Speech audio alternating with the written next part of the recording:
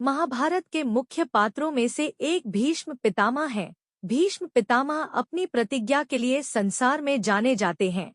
एक ऐसी ही प्रतिज्ञा के कारण भीष्म पितामह और भगवान परशुराम के बीच भीषण युद्ध हुआ था। यह युद्ध कई दिनों तक चला, जिसके बाद भी दोनों में से कोई भी हार मानने को तैयार नहीं था। यह भीषण युद्ध एक स्त्री के कारण हुआ था। भीष्म पितामह वह पात्र हैं जो महाभारत का आधार माने जाते हैं।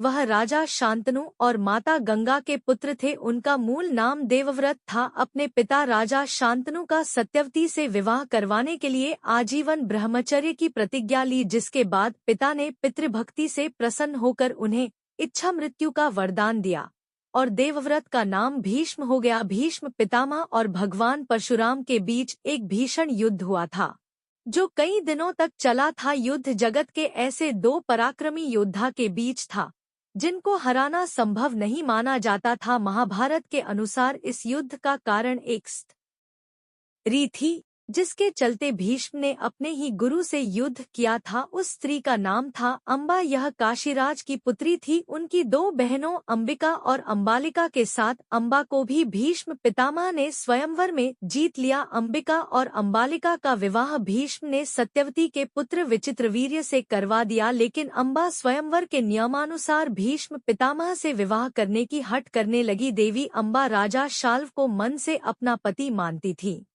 वह राजा शाल्व से ही विवाह करना चाहती थी, लेकिन अचानक भीष्म पितामह के स्वयंवर में आने और जीतने के बाद उन्होंने अम्बा और उनकी दोनों बहनों का विवाह विचित्रवीर्य से करवाना चाहा, तो अम्बा ने इनकार कर दिया। यह सुनकर भीष्म ने उन्हें राजा शाल्व के पास भेजा। तब राजा शाल्व ने अम्बा का यह कहकर त्याग कर दिया कि तुम्हें स्वयंवर में भीष्म पितामह ने जीता है, ऐसे में तुम पर सिर्फ उनका ही अधिकार है। यह सुनकर अम्बा हस्तिनापुर वापस लौट आई और भीष्म पितामह से विवाह का प्रस्ताव रखा। भीष्म पितामह ने आजीवन ब्रह्मचर्य का प्रण लेने के कारण उन्होंने अम्बा के प्रस्ताव को ठुकरा दिया। भीष्म ने जब अम्बा से विवाह का प्रस्ताव ठुकरा दिया, तब वह न्याय की गुहार लिए भगवान परशुराम के पास पहुंची। तब परशुराम ने अम्बा से कहा कि हे देवी, आप चिंता न करें, मैं आपका विवाह भीष्म से करवाऊंगा। यह कहकर परशुराम ने भीष्म को बुलावा भेजा और कहा कि तुम्हें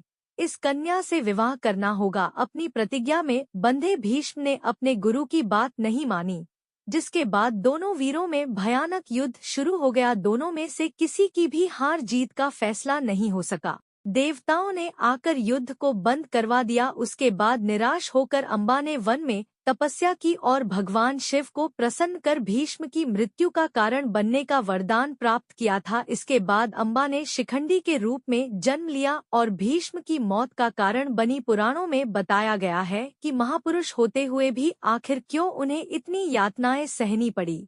यह सब उनके पूर्व जन्म के पाप का नतीजा था कि युद्ध में उनका शरीर बाणों से छलनी हो गया और उन्हें बाणों की शैया पर लेटकर अपना अंतिम समय गुजारना पड़ा। पितामह को इच्छा मृत्यु का वरदान प्राप्त था, इसलिए पूरा शरीर छलनी होने के बावजूद भी उन्होंने प्राण नहीं त्यागे, क्योंकि उस वक्त सूर्य दक्षिणायन में चल रहे थे।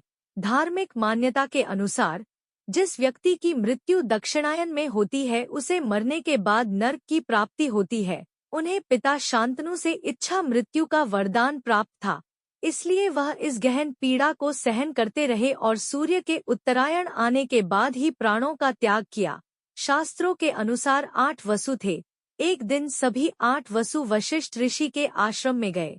भीष्म पितामह भी अपने पूर्व जन्म में उन 8 वसुओं में से एक थे। उस जन्म में उनका नाम द्यो वसु था। यो वसु को आश्रम में बंधी हुई कामधेनु गाय को देखकर लालच आ गया। उन्होंने उस गाय को चुरा लिया और बाकी सभी वसुओं ने गाय चुराने में उनकी मदद की। वशिष्ठ ऋषि को जब इस बारे में पता चला तो उन्होंने सभी वसुओं को पृथ्वी लोक पर मनुष्य के रूप में जन्म लेने का शाप दे डाला। सभी वसुओं ने ऋषि से अपने अपराध की क्षमा मांगी तो उन्होंने द्यो को छोड़कर बाकी वसुओं को क्षमा कर दिया।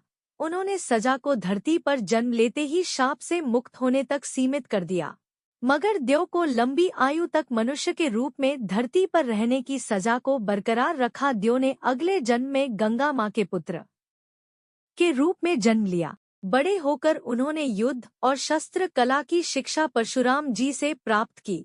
देवराज इंद्र ने उन्हें दिव्य अस्त्र प्रदान किए तो मार्कंडेय जी ने उन्हें चिरयौवन का वरदान दिया। महाभारत के युद्ध में पांडवों के प्रति उनका स्नेह विवाद की मुख्य वजह रही। वह रोजाना 10,000 सैनिकों और 1,000 घुड़सवारों को मार रहे थे, लेकिन पांडवों का वध नहीं कर पा रहे थे। दुर्योधन द्वारा लगातार दबाव बनाए जाने के बाद पितामह और अर्जुन के बीच युद्ध शुरू हुआ।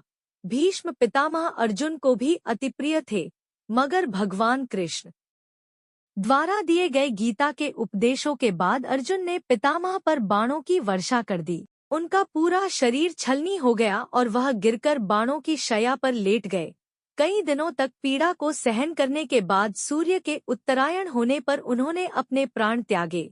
पूर्व जन्म के पाप के कारण उन्हें अपनों से ही युद्ध करना पड़ा। दोस्तों, यह जानकारी आप लोगों को कैसी लगी हमें कमेंट के माध्यम से जरूर बताएं।